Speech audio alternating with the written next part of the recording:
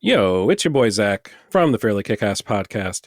Thanks to the magic of editing and post-production, you don't have to hear the rambling 17-minute intro that I put through right before this one. So consider yourself lucky. I am lucky that you don't have to hear my ramblings, and we're just going to jump. No. This is all bad. Every single thing, none of this makes any sense. You ever have a talker's block? It's exactly what it sounds like. It's a writer's block, but it's like every word you say, like it doesn't seem like it connects to the previous words. You're just kind of out there in an island. So let's all of us just be for this episode, for this one time, let's all just be in an island together. Let's have all of the coconuts that we can possibly eat. Let's have all of the delicious seafood. Hopefully there's a Trader Joe's on the island so we can get all the nice frozen dinners that they have there. We also need electricity and a microwave on this island. It's a big ask. I understand that. But it's all we've got right now. So kick back on your Barca Lounger, which there are some of on this island, and get ready for the next installment of the Unsung right here in the Fairly Kick-Ass podcast.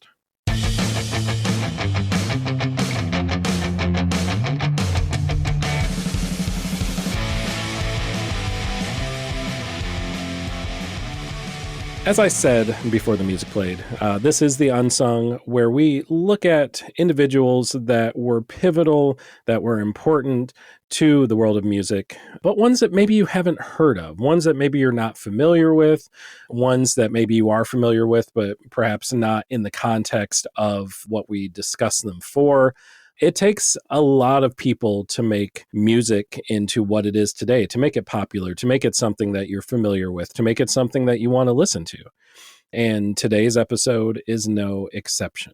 As we discuss two people, this is a twofer, by the way, two people that are most responsible for one of the most important, if not the most important hip hop song in the history of the genre. That sounds like a really hefty claim. And it feels like a really hefty claim because it should. I mean, you're talking about so many talented artists, so many talented individuals who have revolved around within, adjacent to the world of hip hop, for the last 50-ish years, even longer than that.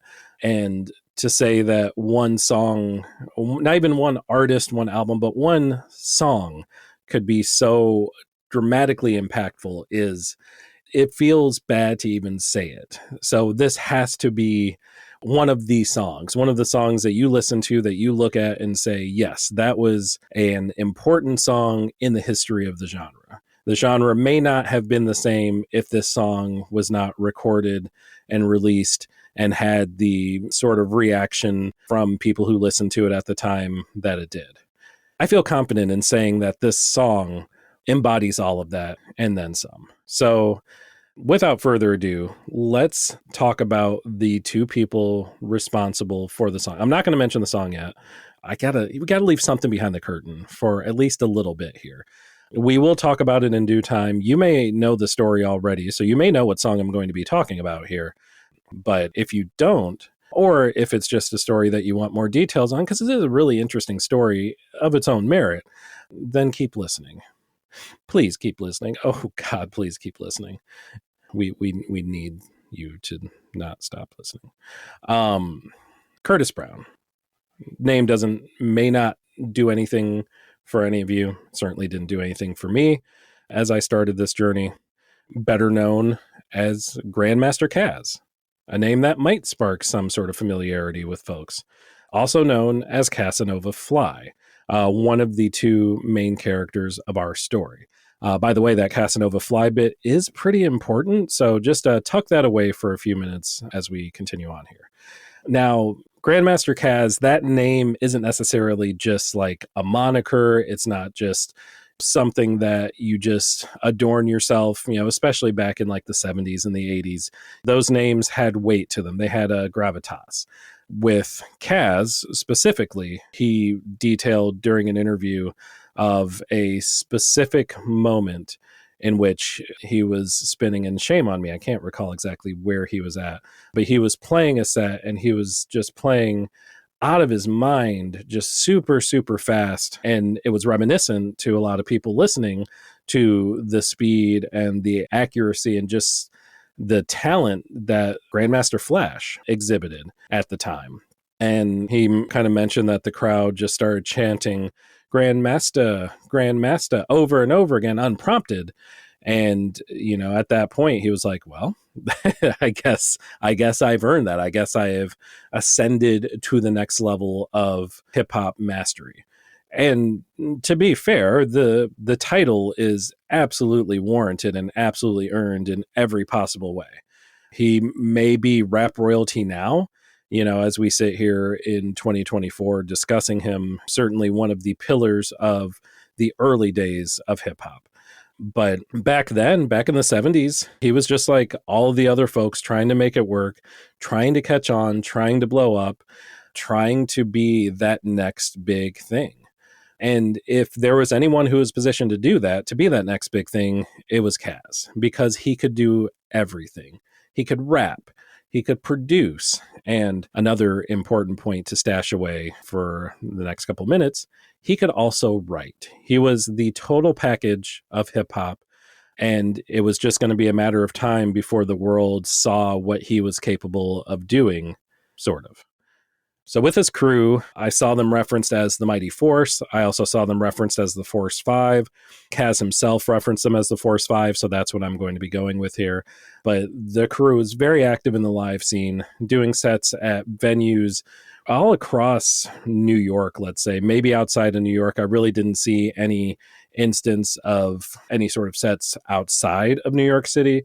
But New York City is fairly, it's a decent size, right? It's fairly sizable. So certainly more than enough people, more than enough money in New York City, more than enough exposure to not necessarily need to venture outside of those walls. So lots of sets in the Bronx, where he's from originally, including a place called the Executive Playroom. It was within the Executive Playroom where Kaz and the Force 5 would eventually cross paths with Henry Jackson, aka Big Bank Hank. Y'all, we got to talk about Big Bang Hank, okay? He's the second main character of our story, and Big Bang Hank, up to this point, had lived a life. So let's cover some of the things that Big Bang Hank had done before, and in a lot of cases during his interactions with Grandmaster Kaz and the Force 5. Big Bang Hank, holder of a degree in oceanography and a huge fan of Jacques Cousteau. Like you do, right? As all of you expected me to say. Big Bang Hank, champion collegiate wrestler at Bronx Community College. Big Bang Hank, bouncer at not the Executive Playhouse, although that was also true, but also at the Sparkle Club, another club in the Bronx. Best I can tell, it's a tire repair shop now, but back in the late 70s, it was the spot from everything that I can see. Several folks that were the big names in the genre, in the hip hop world, performed there, including at least a few cases I could find of DJ Kool Herc, a legend in his own right, of course, who also did several performances and several sets there at the Sparkle Club. Big Bang Hank, as I mentioned, bouncer at the Executive Playhouse, where he would meet up with the Force 5 crew, where these stories start to become more intertwined. They needed a manager. As Kaz put it, there was just so much work, so many things to do. And he was starting to see some of the other folks in the hip hop game were also getting managers to kind of take away the day-to-day stuff that he and the rest of the crew were having to do themselves. So they could focus on the music, so they could focus on the production, so they could focus on playing sets. All of the things that were most important. And I would imagine the things they wanted to do a lot more than the managerial stuff. Kaz and Hank forged a friendship, they forged a business relationship, and eventually a partnership was forged. Big Bang Hank, oceanography degree, collegiate wrestling champion, bouncer at two premier hip-hop clubs in the 70s, now hip-hop group manager. It was a match that was predestined, it almost felt like, to happen, and one that on paper was going to benefit both folks. It was going to benefit Hank was going to benefit the Force 5, to the point where Hank felt so strongly that he even took out a loan with his parents for $2,000 to make sure that the Force 5 could get all of the audio equipment that they needed to do their shows. That's how much Big Bang Hank believed in what the Force 5 was doing and believed in himself too. So, oh, shoot. Sorry, forgot one thing. One really important thing about Big Bang Hank. Also a pizzeria manager. I'm telling you, this dude had talent on top of talent. I'm convinced that Hank could have done anything he wanted to, no matter what. But the opportunities that he had presented themselves. He worked at a pizzeria and then was basically so good at it that he ended up becoming the manager when a new location of this shop opened up in New Jersey. And that's where the story gets really interesting. So let's real quickly do an exercise, because I want all of you to put yourself in Big Bang Hank's shoes. We talked about all the things that you've done, up until this point, all the life experiences that you've had, your, interactions, your managing of Kaz and the Force 5, and also your managing of a pizzeria. You're kind of a two-way manager, I guess. Sylvia Robinson comes into the shop one day. And for some context for you, Sylvia was an R&B singer in her own right, responsible for the Smooth as Silk Jam Pillow Talk. That song, along with several other songs that are relevant to this episode, are going to be available in the Ride Along playlist. If you go to fairlykickass.com, you'll see all of our Ride Along playlists for each episode, including this one. And that is going to be the best way to kind of musically follow along with everything we're talking about. Some songs that are going to be explicitly mentioned, some from artists that we talk about, some that may have just a tangential reference that are just there because they're good songs and because I want all of you to listen to them. But yeah, you're going to be well fed there in that playlist.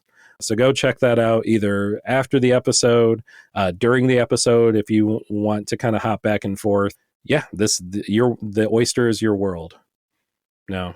That's wrong. Pretend I said that thing right. And let's continue to talk about Sylvia Robinson some more. Sang the song Pillow Talk. Her and her then husband, Joseph Robinson, also founded All Platinum Records. And importantly, after that, Sugar Hill Records. We're finally getting somewhere, ass kickers. The pieces of the puzzle are falling into place. So Sylvia comes into your crispy crust pizzeria. Again, your Big Bang Hank, by the way, to make sure you remembered that. And she's really liking your look, really liking your vibe. I don't know if they did vibes back then in the 70s, but just go with it. Pretend that they did. She wants to get on board this new hip hop craze, this new rap craze, and she wants you to be involved. She feels like you could be one of the focal points for her at that point, newly created Sugar Hill Records label. And it was just the opportunity of a lifetime. You don't just have a major label executive / owner walk into your pizzeria every day and ask if you want to be a part of a hip hop group. Maybe it's happened to y'all. I shouldn't say it never. I shouldn't say it's impossible. Maybe it happens a lot. Maybe I just haven't been in the right pizzerias. I don't know. But I'm going to assume that this is a fairly uncommon occurrence. Now, Big Bang Hank, of many of the talents that you have, one that you probably don't have is penning rhymes. I mean, if you did have that talent, like, you wouldn't need to use it. You could just save it for a rainy day if you had someone who is also a very talented rapper, producer, and writer who was willing to give you his rhymes instead. And all you had to do was ask. Because why would Grandmaster Kaz think anything of Big Bang Hank asking for some of his rhymes? Hank went to Kaz, said, hey, Sylvia Robinson came in, yada, yada, yada. I don't have any rhymes written. Can I use some of yours? Kaz is thinking, yeah, I mean, you aren't going to hang me out to dry. Like, you're our manager. You took out a $2,000 loan to buy us audio equipment so we could do our thing. As far as Kaz is concerned, you could do no wrong in his eyes. Maybe it was weird that you were asking for these lyrics and not just writing them yourself, but he's going to take care of you. There's no chance that this is going to become anything, obviously, but in the off chance that something happens, Kaz knows that you've got him. You've got him covered. You've got the Force 5 covered. You're going to take care of all of them, and you're not going to hang any of them out to dry. Right? Yeah, I think you may see where this is already going. You as you, listener, again, not you as Hank anymore, as our quantum leap experiment has come to an end there. Let me go ahead and recite this real quick and see if it jogs any memories for any of you. I'm going to not rap it because I'm not a rapper. I am a I am a podcast host. I put in air quotes because that's a very inaccurate representation of me. But I'm going to do my best, at least to recite it, so I don't sound too foolish. So check it out. I'm the CAS and the OVA, and the rest is FLY. The CAS and the OVA, and the rest is FLY. Do y'all remember what Grandmaster Kaz used to go by? Let's hear it from the man himself. Well, I say let's hear it. I'm not going to be able to play the quote, but I'm going to be able to say the quote from back in 2014 from an article that Grandmaster Kaz wrote where he said, quote, "I'm like, he ain't even change it, but I knew he didn't have an MC mentality. All he had to do was not spell my name and spell his own name out. It's hilarious to think of it because you saying that you're me." Now, Hank lifted Kaz's lyrics, passed them off as his own, and was able to get on to Rapper's Delight as a result. And for all of that, for the huge hit that he had on his hands, for all of the exposure, for all of the love, for all of the money that Hank was surely making with the other members of the Sugar Hill Gang, he didn't give Kaz and the Force 5 a dime. Like Kaz said, Hank didn't even have the decency to change the name in the song from Casanova Fly to some kind of rapped variant of Big Bank Hank or something completely different. Did not even have the decency to do that. To the point where people were coming up to Kaz and saying, "Yo, man, I heard you on that track. That was awesome." And Kaz said, "No, that wasn't me. I know that's my name. I know I go by Casanova Fly, but that was a different dude. That wasn't me." To which people ask, "Well, you're getting paid for that, right? You're certainly making some sort of," and Kaz certainly doesn't want to keep going into this every single time someone on the street says, "Hey, I really liked your Rapper's Delight track. It was awesome." Like at a certain point, that would just get pretty old. So not only did Hank do everything that I said, didn't change the lyrics, passed them off as his own, didn't give any money or any sort of attribution to Kaz or the Force 5. But perhaps the biggest fuck you of all in this entire thing was that Hank took the equipment back. Yes, there was equipment that he purchased with a loan that he took out with his parents, sure. But this was literally the Force 5's livelihood. This was literally what they needed to be able to do what they did, to be able to make music, to be able to play shows. I don't know for sure, but I'm going to guess that the money that one would make off of one of the biggest hip hop hits, definitely the biggest hip hop hit to date at that point, and one of the biggest in history, certainly that would have been enough to pay back the loan and let Kaz and the Force 5 keep the equipment that they were given. At the very least, Hank could have done that, but he didn't. So, Force 5, you have no equipment, which means, unfortunately, you have no group. The crew is effectively done, and Kaz would go on to join the already established Cold Crush Brothers, consisting of several legends in their own right. I'm not going to go through all of them because there are a bunch. You can look on Wikipedia or a number of other areas of the internet to find everyone involved with the Cold Crush Brothers, and you should, because it is a very illustrious list. But I will touch on a couple, such as DJ Charlie Chase, who himself had ties to the aforementioned Grandmaster Flash and his crew, the Furious Five, not to mention Dada Rock, a.k.a. the Iceman, as well as Prince Whipper Whip, both of them who would go on to join fellow hip-hop group the Fantastic Five, headed up by DJ Grand Wizard Theodore. And also Easy A.D., who was, by the way, a little history for you, the very first guest on the very first episode of Living Legends, a YouTube series hosted by Sway, to, quote, celebrate the Cheez-It and Pandora aged by audio product drop. That is a thing that happened, but we're going to move past the Cheez-Its and the Pandoras, and we're going to get back to the Sugar Hill Gang part of the story.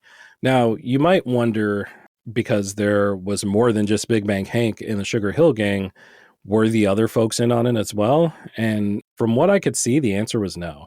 Master G and Wonder Mike were apparently swindled as well, and kind of started to think something was amiss when Hank had this one really fire verse and not really much behind it.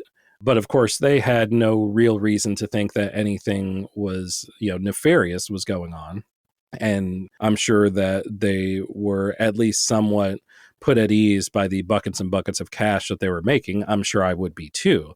They did eventually run into their own shady dealings, not necessarily from Hank, but from the label itself, from Sugar Hill Records into the 2000s and 2010s, with the label now being run by Sylvia Robinson's son, Joey.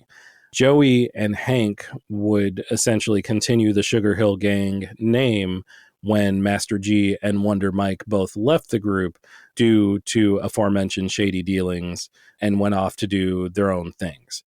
Hank would continue on with the roster through the 2000s into the 2010s, where sadly he would pass away from complications of cancer in 2014 at the age of 58. To his credit, Kaz would still go on to have a very successful career with the Cold Crush Brothers.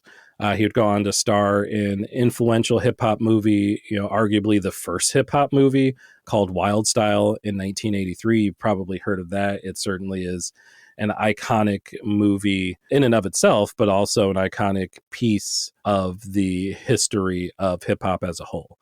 And like I mentioned, still, very successful. Despite the fact that you had Rapper's Delight stolen from under your nose, you still are able to, make something amazing out of it, and still able to be one of the pillars of the history of hip hop.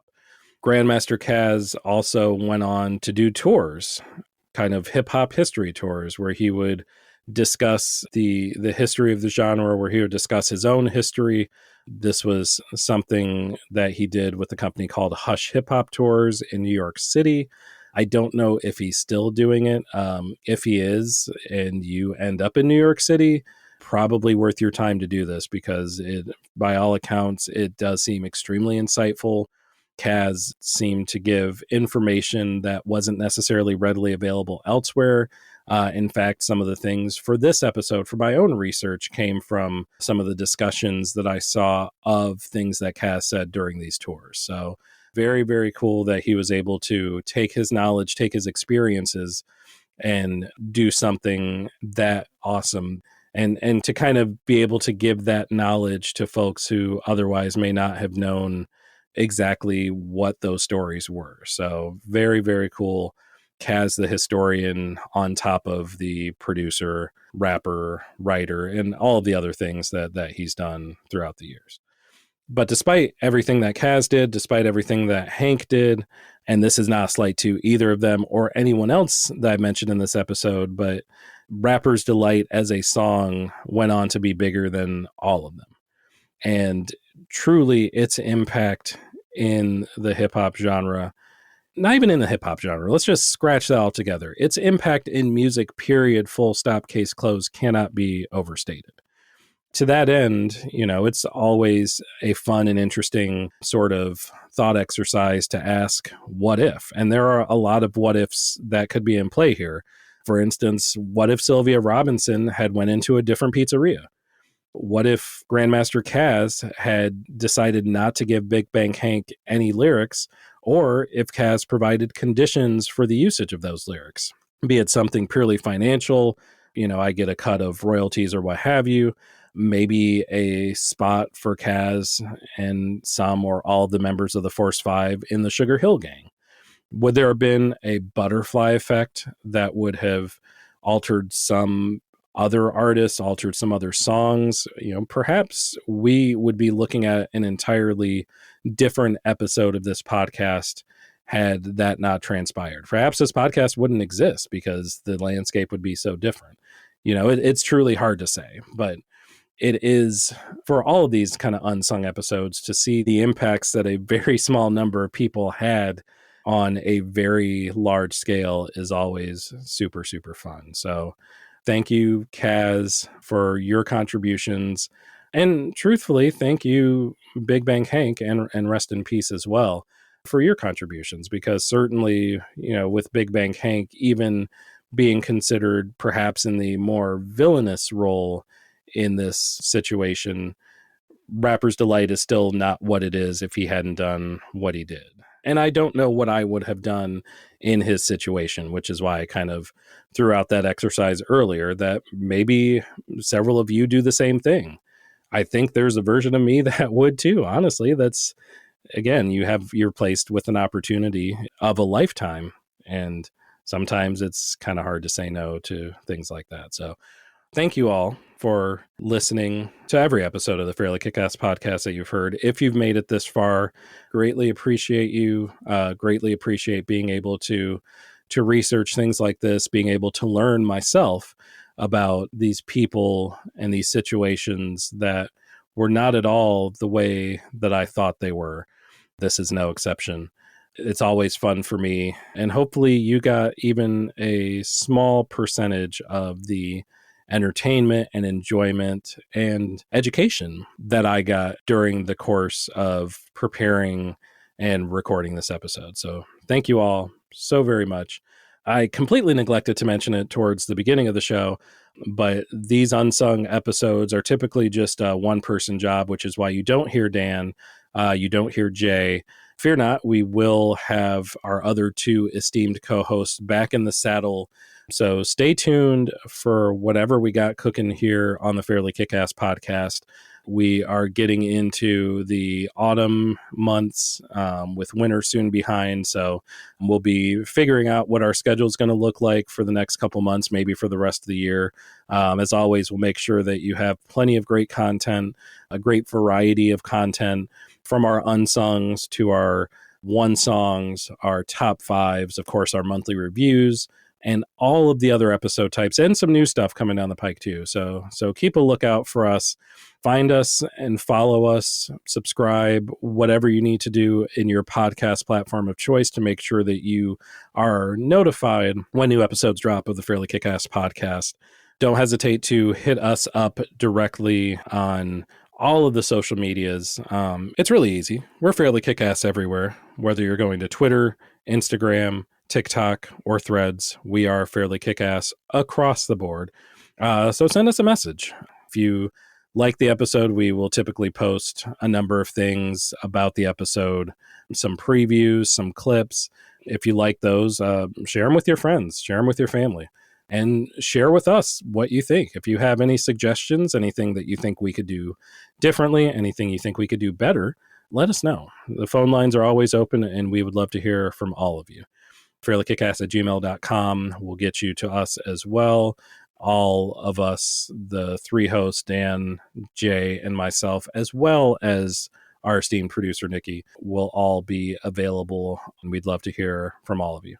As I mentioned before, fairlykickass.com, your one-stop shop for the ride-along playlist for the episodes. And again, this one is going to be choice. I am excited to be able to curate and put these songs together. Rapper's Delight, obviously, being the very top song on that list, but so many great tracks from so many great artists that really molded and shaped the landscape of hip-hop music in the 1970s and into the 80s. So super, super jazzed to be able to provide that playlist for all of you. And yeah, like I said, wherever you get your podcasts, you will find us. Search for Fairly KickAss. It'll get you there. And for now, I am going to get myself out of this booth and out of your ears. So until the next episode, I hope that every single one of you keeps kicking ass.